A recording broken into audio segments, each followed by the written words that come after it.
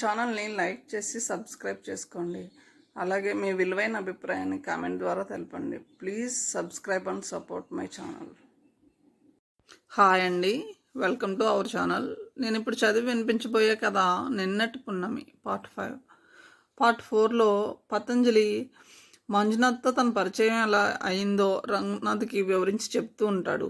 వాళ్ళు మంజునాథ స్వామి అలాగే మంజులాదేవి ఆలయాన్ని సందర్శించమని చెప్తాడు. తర్వాయి భాగంలోనికి వెళ్దాం.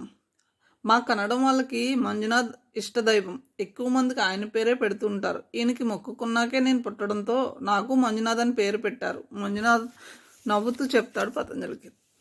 నిజానికి వీరి కులదైవం మూకాంబికాదేవి. కానీ ఈయన తాతగారు మగపిల్లాడు కలగాలని పుడితే స్వామి పేరే పెడతానని ఈ స్వామికి మొక్కుకున్నారు. సుధామణి వివరించింది. ధర్మస్థలంలో కేవలం గుళ్ళే కాక ఇతర టూరిస్ట్ స్పాట్స్ కూడా ఉన్నాయి. మంజూషం మ్యూజియం దగ్గరలోనే ఉంది. అందులో పాత నాణాలు, పురాతన శిల్పాలు, ఇంకా గ్రామ్ ఫోన్, కెమెరా, టెలిఫోన్, గడియారాలు, రేడియో, కుట్టు యంత్రాలను కనిపెట్టినప్పటి నుంచి నేటి దాకా జరిగిన ప్రగతి స్థాయిలను సూచించే వివిధ నమూనాలను కూడా ఆ మ్యూజియంలో పతంజలి చూశాడు. కార్ మ్యూజియం పిల్లల్ని బాగా ఆకర్షించింది. వాహన సాధనాలుగా కార్లు మొదలైనప్పటి నుంచి నేటి దాకా తయారైన అనేక కార్లను సేకరించి ఉంచారు. కారు కనిపెట్టక మునుపటి అన్ని మోడల్స్ ఆ ఎగ్జిబిషన్లో దాదాపు 50 దాకా ఉన్నాయి. Buick, Citroen, Cadillac, Dodge, Morris, Pontiac, Frazer, Humber, Lincoln, Studebaker, Vauxhall, Volkswagen, రష్యాకు చెందిన మిలిటరీ జీపులు కూడా అక్కడ ఉన్నాయి. ఓ చోట బోర్డు మీద ఇండియాకి కార్లకు గల సంబంధాన్ని రాశారు. పతంజలి దాన్ని ఆసక్తిగా చదివాడు. ఆ మ్యూజియం బయట రక్షణ మంత్రిత్వ శాఖ బహుమతిగా ఇచ్చిన హిందుస్థాన్ ట్రైనింగ్ ఎయిర్ క్రాఫ్ట్లు 2 ఉంచారు. పిల్లలిద్దరూ ఆ విమానం ఎక్కుతానని ఒకటే గొడవ. అక్కడి నుంచి కొద్ది దూరంలో ఉన్న బాహుబలిని విగ్రహాన్ని చూడడానికి వెళ్ళారు. 39 అడుగుల ఎత్తున్న ఉన్న బాహుబలి అనే పురాణ పురుషుడి నగ్న విగ్రహం చిన్న కొండ మీద ఉంది. కర్ణాటకలో బాహుబలిని చూడాలంటే శ్రావణ బెలగొలకి వెళ్ళాలి. అక్కడ విగ్రహం ఎత్తే 57 అడుగులు. మంజునాథ్ చెప్పాడు. ఏటా దానికి పాలాభిషేకం చేస్తుంటారు. టీవీలో వార్తల్లో మీరు అది చూసి ఉండొచ్చు. మరో చోట కూడా ఇంకొక బాహుబలి విగ్రహం ఉంది. ఎత్తులో అది సెకండ్ హైయెస్ట్ ఇన్ కర్ణాటక. 42 అడుగులు ఎత్తు అనుకుంటాను, సుధామని చెప్పింది. అక్కడ అంతా కలిసి ఫోటోలు తీయించుకున్నారు. ఆ రాత్రి సేవా టిక్కెట్లతో భార్యాభర్తలిద్దరూ మళ్ళీ మంజునాథ్ టెంపుల్కి వెళ్తే పిల్లలతో పతంజలి గెస్ట్ హౌస్లోనే ఉండిపోయాడు. ఆ రాత్రి పిల్లలు పతంజలి గదిలోనే పడుకున్నారు. మర్నాడు ఉదయం 7:30కి మరోసారి అంతా కలిసి మంజునాథ స్వామి దర్శనం చేసుకున్నాక తమ ఊరైన బెల్తంగడికి పతంజలిని మంజునాథ్ ఆహ్వానించాడు. తను పరిచయస్తుడు, కొత్తవాడు అయినా అనుకోకుండా కలిసిన తనని ఎంతో ఆదరంగా చూసిన వాళ్ళ ఆహ్వానాన్ని మర్యాద కోసం పతంజలి ముందు తిరస్కరించిన వాళ్ళు పట్టుబట్టడంతో కాదనలేకపోయారు. ధర్మస్థలం నుంచి ట్యాక్సీలో అంతా బెల్తంగడాకి చేరుకున్నారు. దారిలో అటు ఇటు అడవే. ఆ ప్రాంతంలో ఉన్న అన్ని ఇళ్లల్లా వాళ్ళది పెంకుటిల్లే. పతంజలి కొన్ని గంటలు ఉండి అక్కడి నుంచి శృంగేరికి వెళ్దామని అనుకున్నాడు. కానీ మర్నాటి దాకా ఉండిపోయాడు. అందుకు కారణం వాళ్ళ ఆతిథ్యం. మంజునాథ్ దంపతుల పిల్లలిద్దరూ ఆయనకి మాలిమి అవడం. పెద్దవాడి వయసు 6, పేరు మాధవ. రెండోవాడి వయసు 2, పేరు జనార్దన. మాధవకి సైకిల్ తొక్కడం రాదని తెలుసుకుని అద్దె సైకిల్ తీసుకుని ఓ రోజులో పతంజలి వాడికి సైకిల్ నేర్పించాడు. పిల్లలిద్దరికీ కథల పిచ్చి. తన పిల్లలకి చెప్పిన ఎన్నో కథలను వాళ్ళకి చెప్పాడు. తన పిల్లల్లాగే అదే ఆసక్తితో అన్ని కథల్ని వారు విన్నారు. పతంజలికి తన జీవితంలో తను మిస్ అయింది ఏమిటో బెల్తంగడిలో ఉన్న 2 రోజుల్లో అర్థమైంది. తన పిల్లలు చిన్నపిల్లలుగా ఉన్నప్పుడు తన మీద చూపించిన ప్రేమానురాగాలు పెద్దయ్యాక చూపించడం మానేశారు. పిల్లలుగా ఉన్నప్పుడు వాళ్ళు ప్రపంచంలో కేవలం తల్లిదండ్రులు, కుటుంబ సభ్యులే కాబట్టి తమ అటెన్షన్ మొత్తం వాళ్ళ మీద ఉంచుతారు. కానీ పెద్దవాళ్ళు అయ్యే కొద్ది దాన్ని పంచాల్సిన అవసరాలు ఏర్పడి చివరికి తల్లిదండ్రులకు కేటాయించే భాగం అత్యంత స్వల్పం అవుతుంది. తను తన పిల్లల నుంచి కోరుకునే తనకు దూరమైన స్వచ్ఛమైన ఆ 100% ప్రేమని కొత్తలేని ఆ 2 పిల్లల నుంచి ఆ 2 రోజులు పతంజలి రుచి చూశాడు. వాళ్ళతో పిల్లల్లా కలిసిపోయాడు. తను చిన్నప్పుడు తన పిల్లలతో ఆడినట్లుగానే వాళ్ళతో కర్రబిల్ల ఆట ఆడాడు. చెట్లకి తాడుతో ఉయ్యాలు కట్టి వాళ్ళు ఊగి ఆనందిస్తూ ఉండడం చూసి సంతోషించాడు. భుజాల మీద ఉప్పు మూట ఎక్కించుకున్నాడు. పతంజలి మాధవ్కి చిన్న టంగ్ ట్విస్టర్ ఇచ్చాడు. దాన్ని గబగబా 5 సార్లు తప్పులు పోకుండా అనమన్నాడు. టిన్ ది తిన్ ట్విన్. ఎంత ప్రయత్నించినా మాధవ్కి అది సాధ్యం కాలేదు. సుధామణి మంజునాథులకి అది మంచి వినోదం అయింది. వాళ్ళలో ఒక్కరుగా కలిసిపోయిన పతంజలితో మంజునాథ్ నవ్వుతూ చెప్పాడు, త్వరలో రిటైర్ అవుతున్నారుగా, తర్వాత మా ఇంట్లో ఉండండి. వాళ్ళకి తాతయ్య లేడన్న బాధ ఉండదు. వచ్చి మనతో ఉంటే బాగుంటుంది. కానీ ఆయన తన కొడుకుల్ని మనల్ని వదిలి ఎందుకు వస్తారు? నవ్వింది సుధామణి కూడా. పతంజలిని మంజునాథ్ తన అక్క ఇంటికి తీసుకువెళ్ళాడు. దారిలో చెప్పాడు వాళ్ళకి పిల్లలు లేరని. దాంతో అనాథ బాలుని పెంపకానికి తీసుకున్నాక వెంటనే కొడుకు పుట్టాడని. ఆ ఇద్దరు పిల్లల వయసు 8, 9. ఎవరు దత్తతకు వచ్చినవాడో ఎవరు పుట్టినవాడో తేల్చుకోలేక ఆసక్తిగా పతంజలి ఆమెను అడిగాడు, ఈ ఇద్దరు పిల్లల్లో మీ అబ్బాయి ఎవరు? ఇద్దరు మా అబ్బాయిలే, జవాబు చెప్పింది ఆవిడ. దత్తత తీసుకున్న పిల్లవాడెవరు? పతంజలి మళ్ళీ ప్రశ్నించాడు. మర్చిపోయాను, చెప్పిందామె. మర్నాడు శృంగేరికి పతంజలి బయలుదేరితే మాధవ పతంజలి చెప్పులు తీసుకెళ్లి దాచేశాడు. ఆమె లేకపోతే వెళ్ళడన్న ఉద్దేశంతో సుధామణి వాటి కోసం వెతికి మామిడి చెట్టు చాటు నుంచి తెచ్చిచ్చింది. పిల్లలిద్దరూ వెళ్ళొద్దని అడవసాగారు. వాళ్ళకి మళ్ళీ వస్తానని నచ్చచెప్పి పతంజలి బయలుదేరాడు. అంతా బస్టాప్కు వచ్చి వీడ్కోలు చెప్పారు. బస్సు ఎక్కాక హైదరాబాద్కి రమ్మని ఆహ్వానించాడు పతంజలి. అక్కడ కామత్ హోటల్స్లో ఓ దాంట్లో తన బాబాయ్ క్యాషియర్గా పనిచేస్తున్నాడని, ఎప్పుడైనా వస్తామని మంజునాథ్ చెప్పాడు. వీలు ఉన్నప్పుడు మళ్ళీ రమ్మని ఆహ్వానించింది సుధామణి. మర్యాదకి అలాగే అన్నాడు. కానీ ఇంత దూరం తిరిగి వీళ్ళ కోసం రావడం కుదరదని పతంజలికి తెలుసు. పతంజలి బెల్ తంగడి నుంచి భజనాలి మీదుగా శృంగేరి వెళ్లే బస్సు ఎక్కాడు. భజనాలి దాటాక ఘాట్ రోడ్. అటు ఇటు కొండల మీద దట్టమైన అడవి. కొండల మీదకి బస్సు వెళ్ళినప్పుడల్లా వర్షం. కిందకి దిగితే వర్షం ఉండదు. 28 డిగ్రీలు దాటిన వాతావరణం ఎంతో ఆహ్లాదంగా ఉంది. మేఘాలు కొండల మీద అందంగా కనిపిస్తున్నాయి. పతంజలి డైరీలో ఇలా రాసుకున్నాడు, కర్ణాటకలో బస్ రేట్లు చౌక. బస్సులు ఏపీఎస్ఆర్టీసీ అంత సౌకర్యంగా ఉండవు. ఎక్కువ భాగం ప్రైవేట్ సర్వీసులే. ఎంత దూరం వెళ్ళే బస్సులైనా ప్యాసింజర్ల సగటున ప్రతి 25 కిలోమీటర్లకు ఒకసారి ఆగుతూ ఉంటాయి. రోడ్లు భయంకరం. శృంగేరిలో దిగి మఠం వారి గెస్ట్ హౌస్ అయిన శారదా కృపలో గది తీసుకున్నాడు.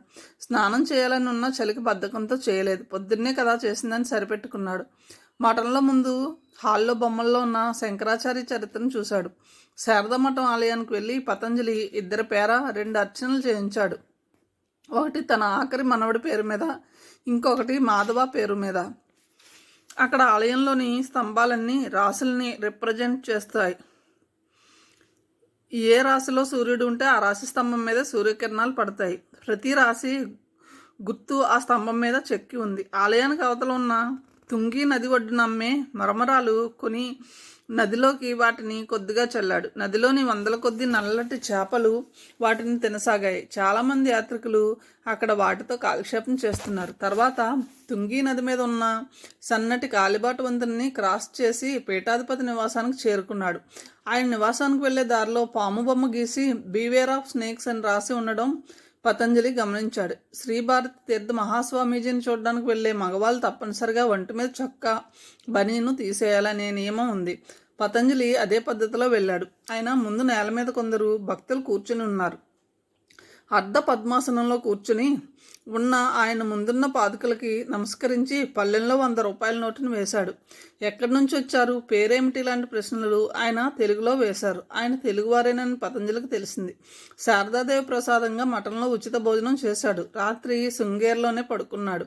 నిద్రపోబోయే ముందు ఆయనకి మాటిమాటికి మాధవ జనార్దనులతో గడిపిన సమయం గుర్తుకు రాసాగింది.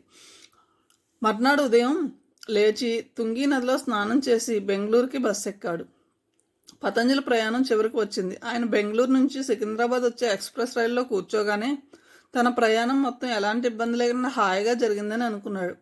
దీనిలో పావు వంతు మాత్రమే తమిళనాడులో చేసిన ప్రయాణంతో పోల్చుకుని అక్కడ స్వార్థపూరిత మనుషుల వల్ల తను ఎన్ని ఇబ్బందులకు గురయ్యాడో తలుచుకున్నాడు కూడా. తన ఎదుటి సీట్లోని వ్యక్తి కూడా సికింద్రాబాద్ కని అతని కొడుకు సెండ్ ఆఫ్ ఇవ్వడానికి వచ్చాడని పతంజలి వాళ్ళ మాటలను బట్టి గ్రహించాడు. రైలు బయలుదేరే టైం అయినా కొడుకు దిగకపోవడంతో పతంజలి కొద్దిగా అదుర్దాగా చెప్పాడు, దిగు బాబు, రైలు బయలుదేరితే దిగడం కష్టం. ఏం కాదు, కదలదు అని అతను తండ్రితో మళ్ళీ మాట్లాడుతుంటే అతనికి లేని టెన్షన్ పతంజలికి కలిగింది. అప్పటికి 2 సార్లు దిగమని పతంజలి హెచ్చరించాక అతని తండ్రి నవ్వుతూ చెప్పాడు, ఏం పర్వాలేదు, రైలు ఇంజన్ డ్రైవర్ మావాడే, గుంతకల్లో మారతాడు. అప్పుడు నేను నిద్రలో ఉంటాను కాబట్టి మాట్లాడదామని వచ్చాడు. రైలు కదిలింది. అది వాళ్ళ గురించి పతంజలి రంగారావుకి చెప్పాడు. పతంజలి చెప్పింది శ్రద్ధగా విన్న రంగారావు ఆయన ప్రశ్నించాడు. కొన్నేళ్ల క్రితం కేవలం 2 రోజులు సుధామణి మంజునాథ్ కుటుంబ సభ్యులతో గడిపినంత మాత్రాన మీరు మీ యావత్ కుటుంబ సభ్యుల్ని వదిలి వాళ్ళ దగ్గరికి శాశ్వతంగా వెళ్తున్నారని అనుకోను. ఆ తర్వాత కూడా మీకు వాళ్ళతో అనుబంధం పెరుగుతూ వస్తుందా? ఆ తర్వాత నేను వాళ్ళని కలిసింది లేదు. అయితే ఫోన్ ద్వారా వాళ్ళతో టచ్లో ఉన్నాను.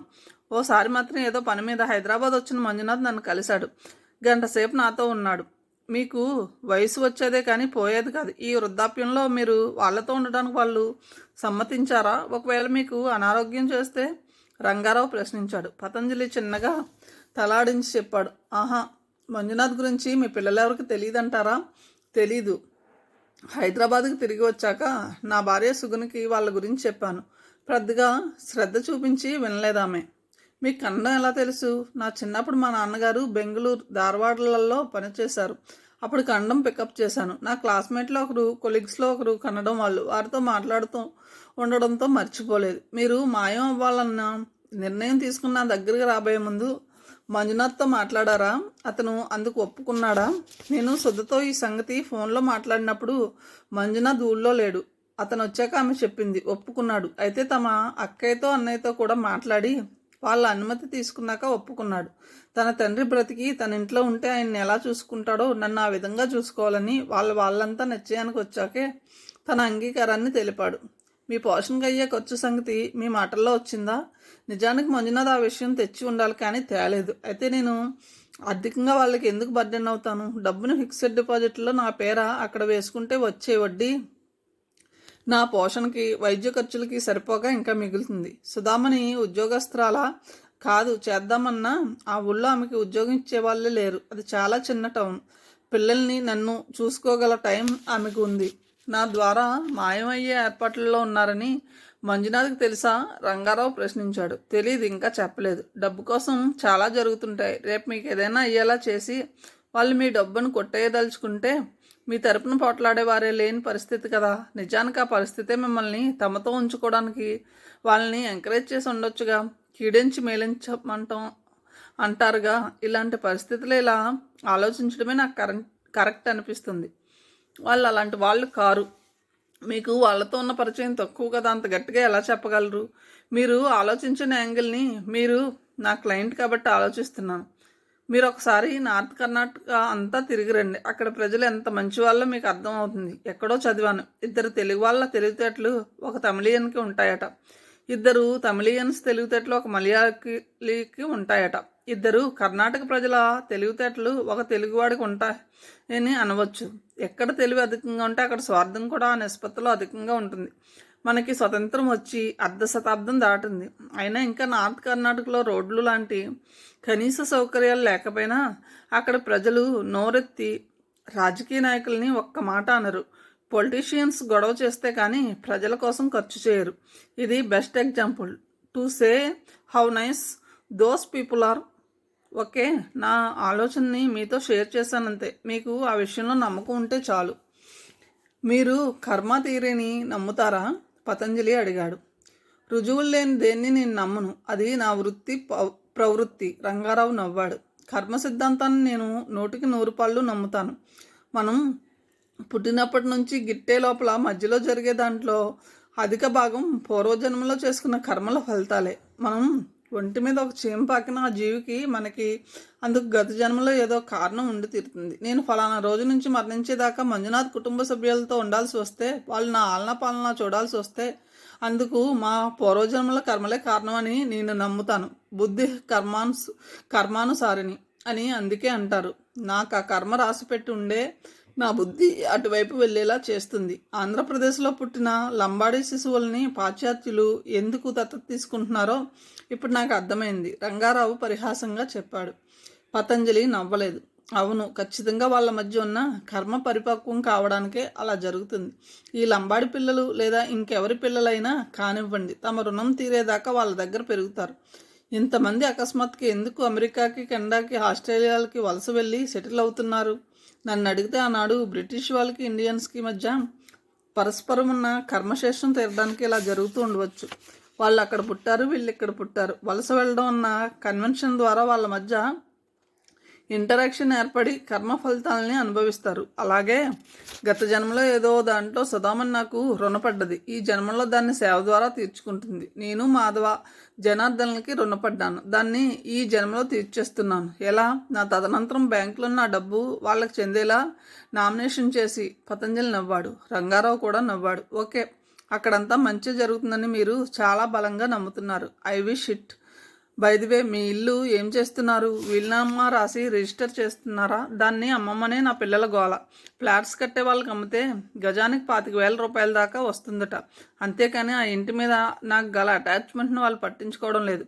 PF loan, house building, advance loan, Suguna మెల్లోని నగలతో గోల్డ్ లోన్, ఎన్నడూ అడగని బంధుమిత్రులను కూడా చేబద్దులు అడిగి ఆఖరికి ఫెస్టివల్ అడ్వాన్స్లను చిన్న మొత్తం లోన్ కూడా తీసుకుని ఎంతో శ్రమపడి పని వాళ్ళ మీద అరిచి సూపర్విజన్కి అక్కడే ఉండి భోజనాలు మానేసి ఆ ఇంటిని కట్టించాను. తాపీ మేస్త్రి, వడ్రంగి, ప్లంబర్లు, ఎలక్ట్రీషియన్, రంగులు వేసేవాళ్ళు పని వాళ్ళతో సతాయించిన వారు లేరు. వాళ్ళకి ఎక్కువ అడ్వాన్స్ ఇవ్వడంతో పనికి రావడం మానేశారు. దాంతో 6ంటికే నిద్రలేచి వాళ్ళ ఇళ్ళకి వెళ్ళి వాళ్ళు తయారయ్యేదాకా వెయిట్ చేసి తీసుకొచ్చి పని చేయించాల్సి వచ్చింది. నేను నా చేతులతో ఆ ఇంటి గోడలను తడిపాను. ఆ ఇల్లు నా స్వెట్ అండ్ బ్లడ్. అసలు నాకు ఆ విషయంలోనే నా పిల్లల మీద అసహ్యం పరిపూర్ణమైంది. మిగిలిన వాటన్నిటికీ అడ్జస్ట్ అవుతూ వస్తున్నాను, కానీ బలవంతంగా ఇల్లు అమ్మించాలని అనుకుంటున్నారు. పతంజలి కంఠం జీరపోయింది. మధ్యతరగతి వారందరికీ తమ ఇళ్ల మీద ఇలాంటి సెంటిమెంటల్ అటాచ్మెంటే ఉంటుంది. కొద్ది క్షణాల్లో తేరుకుని పతంజలి చెప్పడం కొనసాగించాడు. ఒకప్పుడు మా పిల్లలు ఇంకా స్కూల్ యూనిఫారాల్లోనే ఉన్న రోజుల్లో, అంటే పెద్దవారై స్వార్థాలు పెరగక మునుపు, మా కుటుంబంలోని ప్రేమలు అనురాగాలు పున్నమి రాత్రిలా ఉండేవి. నేడు అవి అమావాస్య రాత్రిలా అయిపోయాయి. నేను అనుభవించిన ఆ నిన్నటి పున్నమి మళ్ళీ మంజునాథ్ కుటుంబ సభ్యుల దగ్గర దొరుకుతుందని నా ఆశ.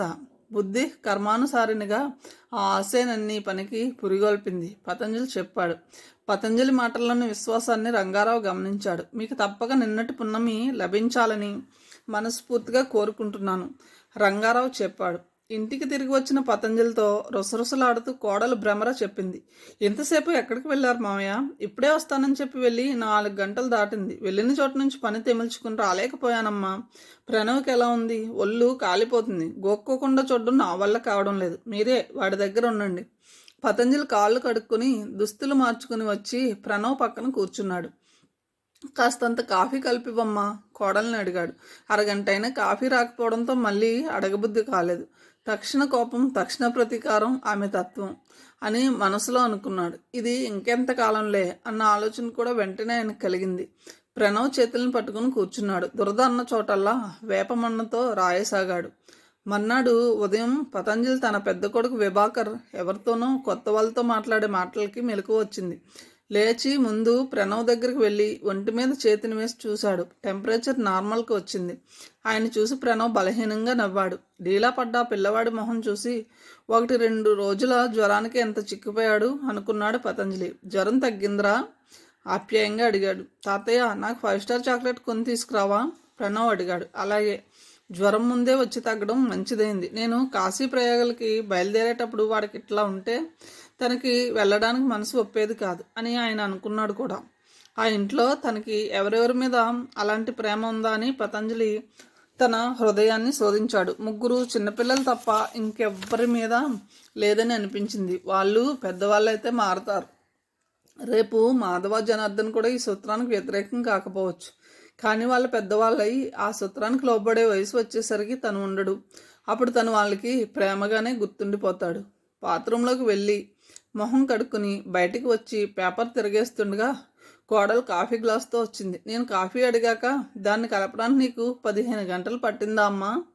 తన మనసులోని ఆ ఆలోచన ఆయన మాటల్లోకి అనువదించలేదు. అడిగితే చురుగ్గా సమాధానం ఇచ్చి వెళ్తుందా అమ్మాయి? మొగుడితో ఎలా మాట్లాడుతుందో చూస్తూనే ఉన్నాడు ఆయన. పతంజలి కాఫీ తాగుతుంటే టేప్తో ఇద్దరు వచ్చి ఇంటి కొలతలు తీసుకోవడం చూసి విస్తుపోయాడు. దేనికి కొలతలు? మీరు మున్సిపల్ ఆఫీస్లో పనిచేసే వాళ్ళ? పతంజలి అడిగాడు. కాదండి. మరి దేనికి కొలతలు తీసుకుంటున్నారు? మా సార్ని అడిగండి. ఎవరు మీ సారు? పతంజలి బయటకు వెళ్ళాడు.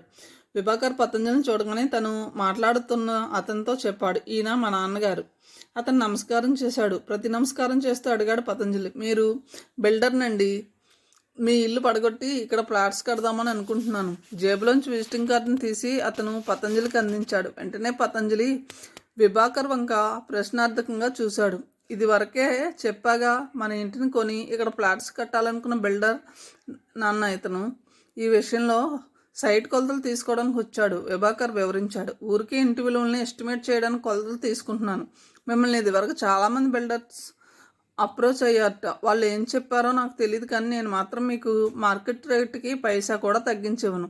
బిజినెస్లో ఆనెస్టీ ముఖ్యం అన్నది నా పాలసీ. నేను కట్టిన ఏ వెంచర్స్లో ఏ ఒక్కరూ ఇంత దాకా డిస్సాటిఫై కాలేదు. దేంట్లోనూ పిసినారితనం చూపను, కాంప్రమైజ్ కాను. అతను ఓ 10 నిమిషాలు అనర్గళంగా మాట్లాడడంతో అతను ఎంత మాటగారో పతంజలి గ్రహించగలిగాడు. అతడు వెళ్ళాక పతంజలి కొడుకులిద్దరినీ పిలిచి అడిగాడు. అయితే మీరు ఇద్దరూ ఈ ఇంటిని అమ్మడానికే నిర్ణయించుకున్నారన్నమాట. శ్రీకర్ కూడా అదే చేయమన్నాడు.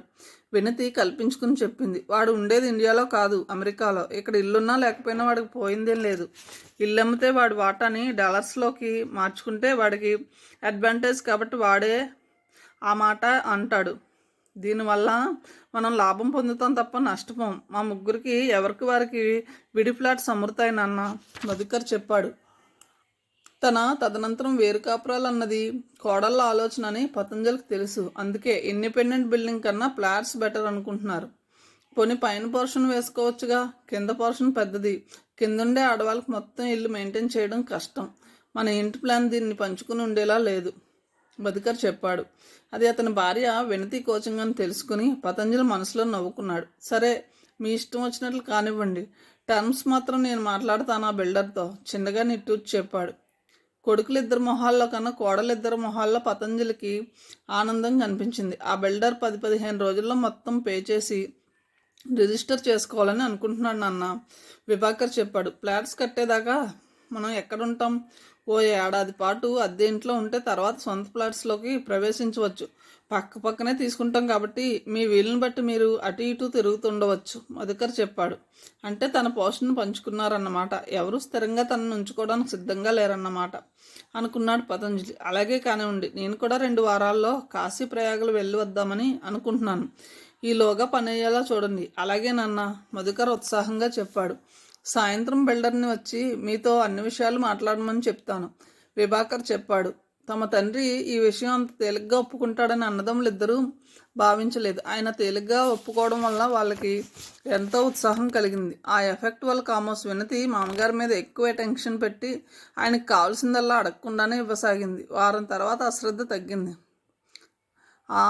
శ్రద్ధ తగ్గింది. పతంజలి బిల్డర్తో అన్ని విషయాలు మాట్లాడాడు. రేటు గజానికి 26,200 రూపాయలకు ఫిక్స్ అయింది. అందులో 25.5 లక్షలు బ్లాక్ కాబట్టి క్యాష్గా ఇవ్వాలని, మిగిలింది వైట్ కాబట్టి డీడీగా ఇవ్వాలన్నది కండిషన్. 2 ఫ్లాట్స్కి అయ్యే మొత్తం మినహాయించుకుని మిగిలింది క్యాష్ ఇస్తానన్నాడు బిల్డర్. కానీ పతంజలి అందుకు ససేమ్రా ఒప్పుకోలేదు. కనీసం సగం అయినా ముందే ఇవ్వాలన్నాడు బిల్డర్. అసలు వెంటనే ఫ్లాట్ బుక్ చేసుకోవడానికి అడ్వాన్స్ కూడా మినహాయించడానికి వీల్లేదని పతంజలి పట్టుబట్టాడు. ఇల్లు అమ్మడం ఓ డీల్ అని, ఆ ఫ్లాట్స్ కొనడం ఇంకో డీల్ అని, దీన్ని కలపవద్దని నిష్కర్షగా చెప్పాడు. కొడుకులిద్దరూ కల్పించుకుని నచ్చజెప్పబోతుంటే వాళ్ళిద్దరినీ కల్పించుకోవద్దని గట్టిగా చెప్పాడు. తన సైట్ ఎంత కష్టపడి కొన్నది, దానికోసం ఎన్ని అప్పులు చేసింది, వాటిని ఎలా తీర్చింది, ఆ ఇల్లు ఎంత కష్టపడి కట్టింది ఎమోషనల్గా చెప్పాడు. వినతి ఏదో మాట్లాడబోతుంటే, నువ్వు కల్పించుకోకమ్మా, ఇది క్యాబేజీ కూర, కాఫీ లాంటిది కాదు అని గట్టిగా చెప్పాడు. ఆమె ఆ 2 విషయాల్లో గుట్టు చప్పుడు కాకుండా తనని పెట్టే హింస ఆయన మర్చిపోలేదు. నేను చెప్పినట్లు అయితేనే ముందుకు ప్రొసీడ్ అయి స్టాంపు పేపర్లు కొనండి, బిల్డర్తో నిక్కచ్చిగా చెప్పాడు. అలాగే, చివరికి అతను అంగీకరించాడు. మరో వారం తర్వాత రిజిస్ట్రేషన్ పెట్టుకుంటానని చెప్పి వెళ్ళాడా బిల్డర్. వినతి తన మామగారి మీద చూపించే అటెన్షన్ని ఆ క్షణం నుంచే పూర్తిగా విత్డ్రా చేసుకుంది. ఆమెకు ఆనందం కలిగించేలా ప్రవర్తిస్తే నెత్తిన పెట్టుకుని ఏమాత్రం ఆమె మాటకి ఎదురు చెప్పినా నేల మీదకు పడదోసే స్వభావం గల ఆమెని పూర్తిగా అర్థం చేసుకున్న పతంజలి ఇదేం పట్టించుకోలేదు. 2 ఫ్లాట్స్ కోసం 51 లక్షలు ఆయన వదులుకోదలుచుకోలేదు. ఆ ఇల్లు అమ్మగా వచ్చిన మొత్తం డబ్బు తనతో తీసుకెళ్లదలుచుకున్నాడు. తనంటే లక్ష్యం లేని తదనంతరం రావాల్సిన ఆ ఇల్లు తను బ్రతికుండగానే అమ్మకానికి పెట్టడం, కొడుకులు అది వాళ్ళ హక్కుగా భావించడంగా పతంజలి అర్థం చేసుకున్నాడు. అది ఆయనకి నచ్చలేదు. పైగా తనకు గదంటూ లేకుండా చేసి ఆ ఇల్లంతా వాళ్ళు ఆక్రమించడం వల్ల కలిగిన బాధ ఆయన మనసులో ముళ్ళులా తొలుస్తుంది. ఏ విధంగా చూసినా ఇల్లు అమ్మి ఫ్లాట్స్ కొనకపోవడమే ఉత్తమం అని పతంజలి నిర్ణయించుకున్నాడు. ఆ రోజు ఉదయం 10:30కి పతంజలి ఎస్టీడీ బూత్ నుంచి నార్త్ కర్ణాటకలోని NH7కి 4 కిలోమీటర్ల దూరంలో ఉన్న మంజునాథ్ పనిచేసే బ్రూవరీకి ఫోన్ చేశాడు. ప్యాకింగ్ మెటీరియల్ గొడౌన్ కీపర్కి కనెక్షన్ ఇవ్వమని టెలిఫోన్ ఆపరేటర్కి చెప్పాడు. నేను పతంజలిని.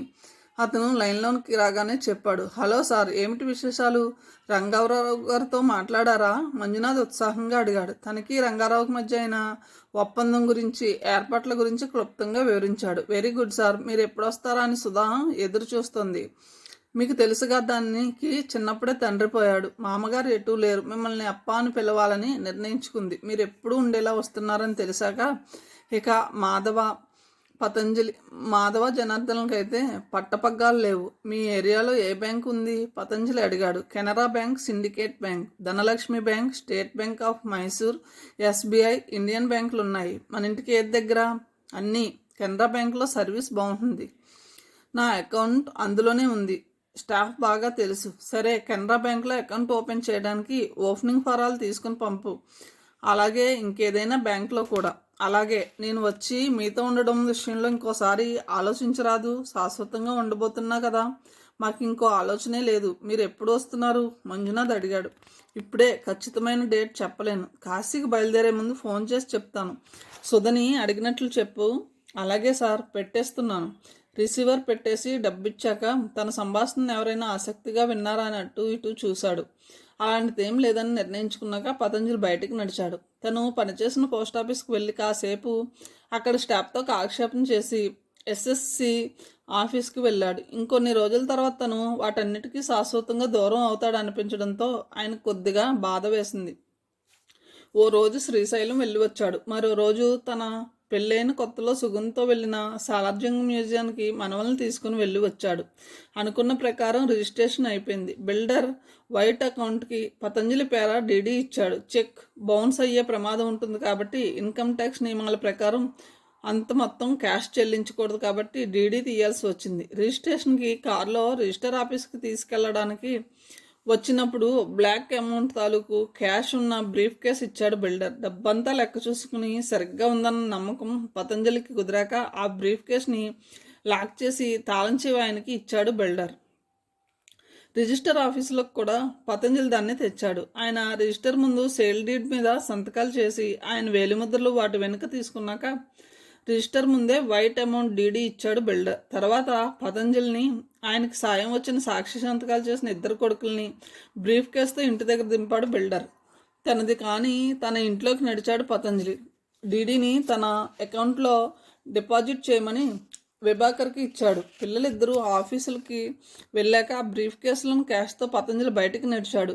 కెనరా బ్యాంకులో, స్టేట్ బ్యాంక్ ఆఫ్ ఇండియాలో, స్టేట్ బ్యాంక్ ఆఫ్ మైసూరులో తన పేర DDలు తీసుకున్నాడు. ఉత్తర కర్ణాటకలోని మంజునాథ్ ఉన్న టౌన్షిప్కి కొద్ది దూరంలో ఉన్న చిన్న ఊరిలోని బ్రాంచ్లో చెల్లించేలా వాటిని తీసుకున్నాడు. తర్వాత తనకి అకౌంట్ ఉన్న ఇండియన్ బ్యాంక్కి వెళ్ళి 2 మనవరాలి పేరు మీద గార్డియన్స్గా వారి తండ్రులని ఉంచుతూ తలో 3 లక్షలు FD చేశాడు. ఇంటికి వచ్చాక ఆ DDలని తన సూట్ కేసులో ఉంచి లాక్ చేసి తాళం చెవిని తన మొలతాడికి కట్టుకున్నాడు. ఆ డబ్బు ప్రసక్తి విభాకర్ రాత్రి భోజనాల దగ్గర తెచ్చాడు. అంత డబ్బు ఇంట్లో ఉండడం క్షేమం కాదని అకౌంట్లో వేశాను.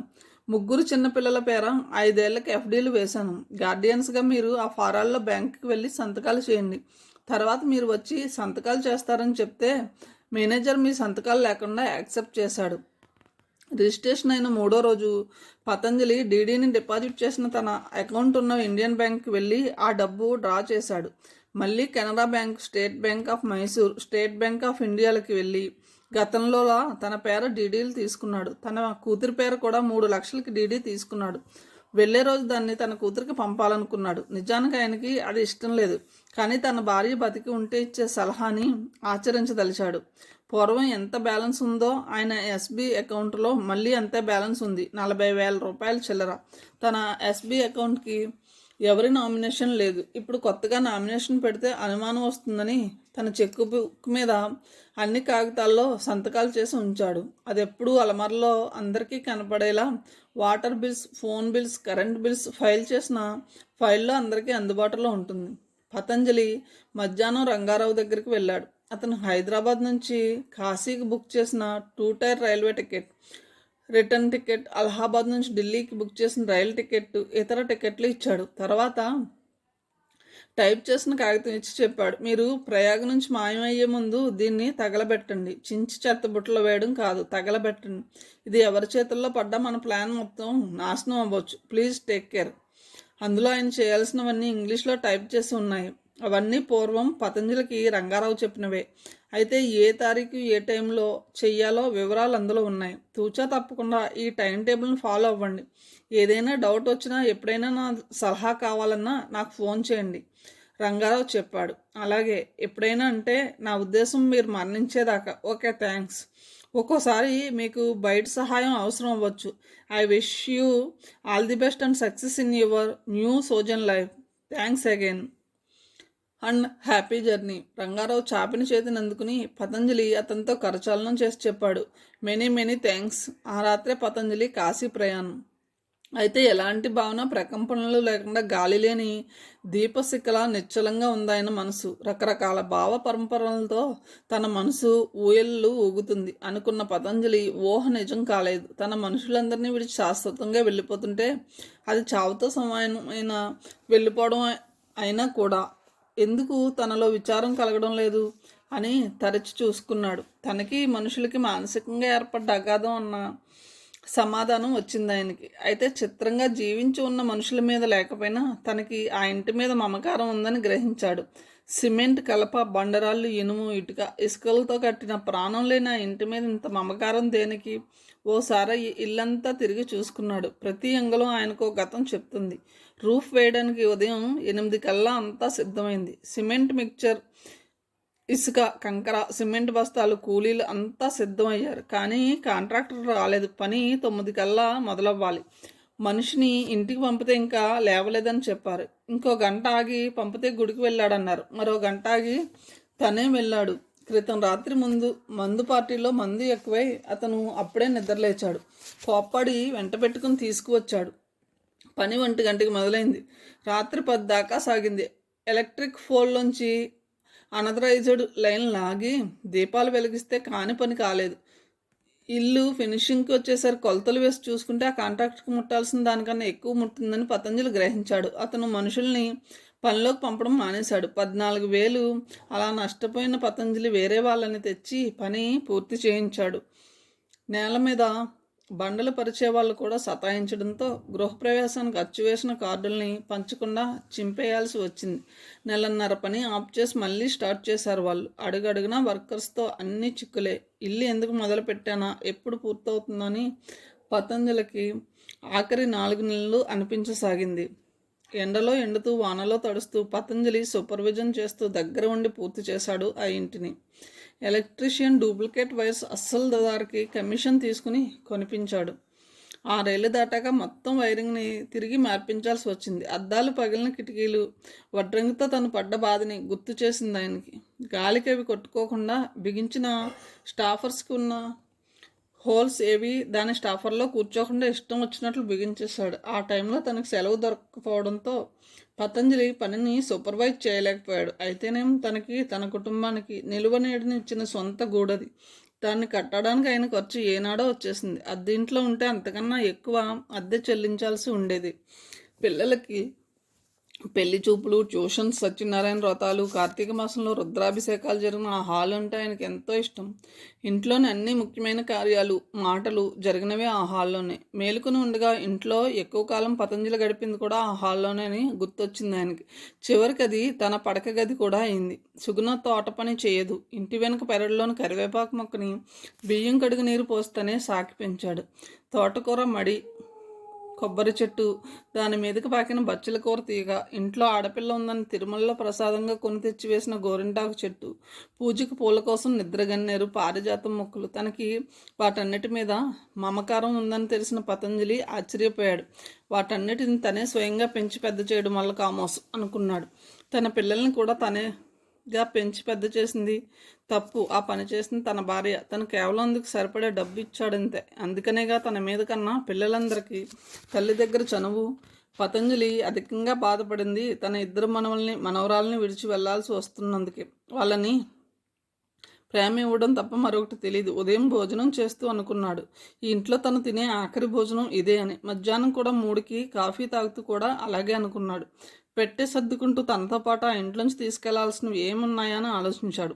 తను రిటైర్ అయినప్పుడు స్టాఫ్ ప్రజెంట్ చేసిన గీతాబోధ చేస్తున్న కృష్ణుడి పటం కనిపించింది. కానీ అది తీసుకెళ్తే తర్వాత తన వాళ్ళంతా విచిత్రంగా ఫీల్ అవుతారు. తన భార్య సుగుణ ఫోటో తీసుకెళ్ళినా అదే అనుమానం రావచ్చు. ఎవరికి అనుమానం రాని వస్తువును ఎన్నుకున్నాడు ఆయన. ఇంటి వెనుక కరివేప చెట్టు విత్తనాలను తీసి పొట్లం కట్టుకున్నాడు. కింద నుంచి గుప్పెడు మట్టిని తీసుకుని ఓ సీసాలో పోసుకున్నాడు. తర్వాత ఆ మూతని లక్కతో సీల్ చేస్తే సరి. అక్కడ ఫ్లాట్స్ కట్టేశాక నేలంతా సిమెంట్ చేసేస్తారు. మొక్కలకి మట్టి నేలని బహు స్వల్పంగా వదులుతారు. తను మట్టి తీసిన చోట కార్ పార్క్ కోసం సిమెంట్ చేయబడుతుంది. ఇల్లు మొత్తం పగలగొట్టాక ఖాళీ ప్రదేశం ఎలా ఉంటుందో, ఫ్లాట్స్ కట్టాక ఎలా ఉంటుందో పతంజలి ఊహించుకున్నాడు. ఆయనకి అది బాధని కలిగించింది. రైల్వే స్టేషన్కి బయలుదేరబోయే ముందు ఓ గంటకి ఆయన మనసులో స్థిరత్వం పోయింది. స్వల్పంగా మొదలైన బాధ క్రమంగా పెరిగింది. విభాకర్ని మధుకర్ని పిలిచి వాళ్ళకది విసుగ్గా ఉన్న వారి చిన్నప్పటి విషయాలు మాట్లాడాడు. అమెరికాకి శ్రీకర్కి కలెక్ట్ కాల్ చేశాడు. కానీ అవతల వైపు ఎవరూ ఫోన్ లిఫ్ట్ చేయడం లేదని జవాబు వచ్చింది. కూతురింటికి ఫోన్ చేస్తే చాలాసేపు ఎంగేజ్డ్ వచ్చింది. ఫోన్ పాడైందనుకున్నాడు. బయలుదేరే టైం ఆసన్నం అయ్యాక ఆయనకు గుండె గొంతుకులోకి వచ్చిన భావన కలిగింది. కథను ఇంతటితో ముగిస్తున్నాను. తిరిగి తర్వాయి భాగంతో కలుద్దాం. Thank you.